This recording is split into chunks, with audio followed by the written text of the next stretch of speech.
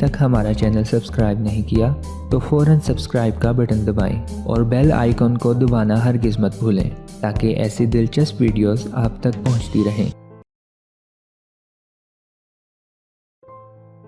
जिस्म में आयरन की कमी मालूम करने के तरीके।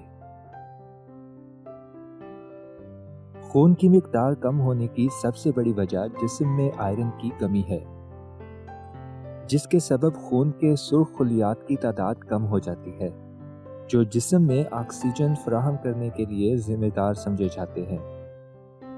जो अफराद आयरन की कमी का शिकार हो जाएं तो उनका जिस्म हीमोग्लोबिन की मुतवाज़िन मिकदार पैदा नहीं करता, जिसकी वजह से ऑक्सीजन की मुंतकली में मुश्किलात का सामना करना पड़ता है। जिस्म में आयरन की कमी की अलामात की जानिब अक्सर तवज्जो नहीं दी जाती, क्योंकि इस किस्म की अलामात रोज़मर्रा की ज़िंदगी में बहुत आम होती हैं। आयरन की कमी की अलामात जिस्म के कई हिस्सों में ज़ाहिर हो सकती हैं और इसके नुमायाँ असरात इंसान की जिल्द, बालों और नाखूनों में वाज़े नज़र आते हैं। ये एक आम हालत है जो ज़्यादातर ख़वातीन को मुतासिर करती है।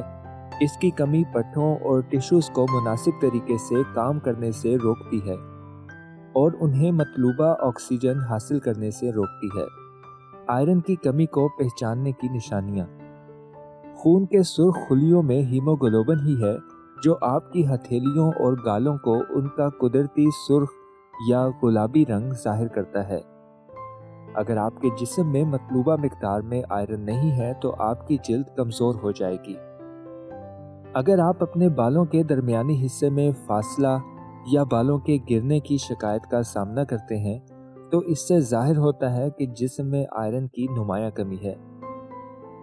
आमतौर पर पलकों के अंदरूनी हिस्से में सुर्खी माइल रंग होता है, लेकिन जब आयरन की शदीद कमी पैदा हो जाए तो पलकों के अंदरूनी हिस्से पीले या जर्द पड़ जाते हैं। आयरन की कमी न सिर्फ बालों बल्कि खुश्क जिल्द होने का सबब भी बनती है, क्योंकि हीमोग्लोबिन की सतह कम होने से बालों की अफसाइश के लिए खुलियों को उतनी ऑक्सीजन नहीं मिल पाती जिसकी उनको ज़रूरत होती है।